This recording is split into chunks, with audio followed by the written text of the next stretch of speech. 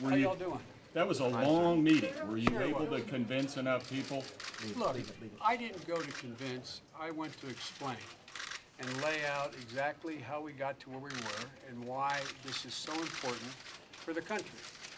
My career up here, after 36 years, I never ask another person to vote against what they think they're interested in. I am confident.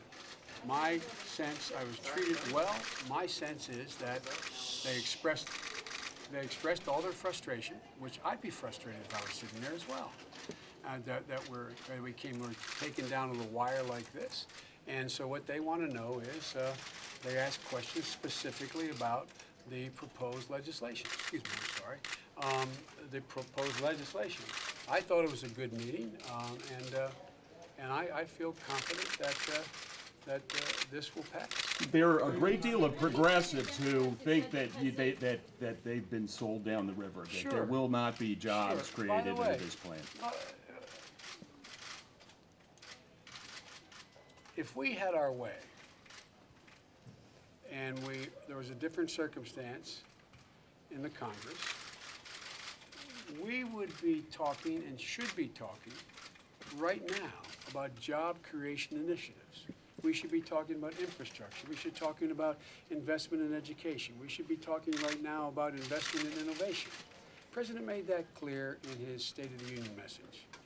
But the truth of the matter is, there is sort of a sword of Damocles hanging over his head.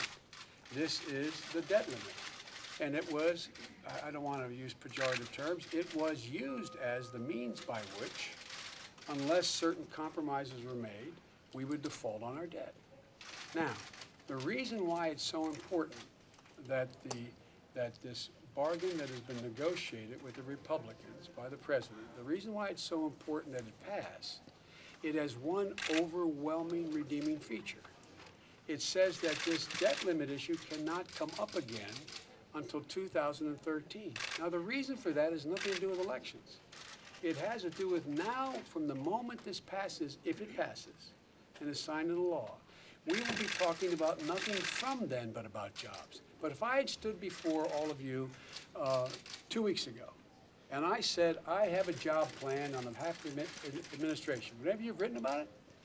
None of you would have said, oh, you know, what about, well, legitimately, what about the debt ceiling? What about the committee?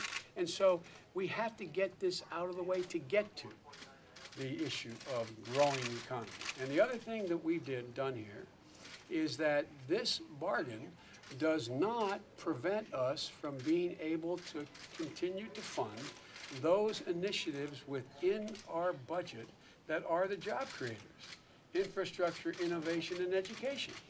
Now, and the normal processes will now go forward in terms of the appropriations committees and the debates within the Congress, within the House and Senate, as to whether or not we can win those debates and convince people that our initiatives should be passed. There's I've been dealing with economists and budgeteers for so long, I was about to use the word headroom. There is room within the budget. There's room within the budget to fund those priorities. But it's going to be, you know, what it ordinarily would be, a normal political battle, rather than sitting there and saying, by the way, if you don't do this, we're going to let the economy, the United States default. We're going to see interest rates climb 5% or more. We're likely to head to a double-dip recession. That now is behind us if this passes. Thank you all very much. Thank you.